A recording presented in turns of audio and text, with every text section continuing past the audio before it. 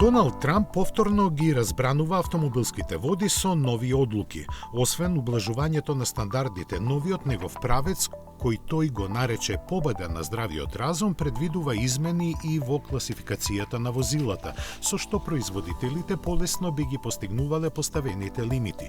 Според Белата куќа, овие потези би ги намалиле цените на возилата за скоро $1000 и на американските семејства би им заштедувале повеќе од $20 милиарди годишно.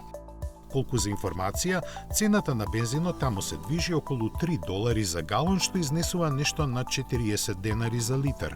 Но Трамп им го скрати радувањето на челните луѓе на производителите на возила, бидејќи заедно со оваа вест им соопшти дека при неговата посета на Јапонија се воодушевил од нивните Кеј автомобили.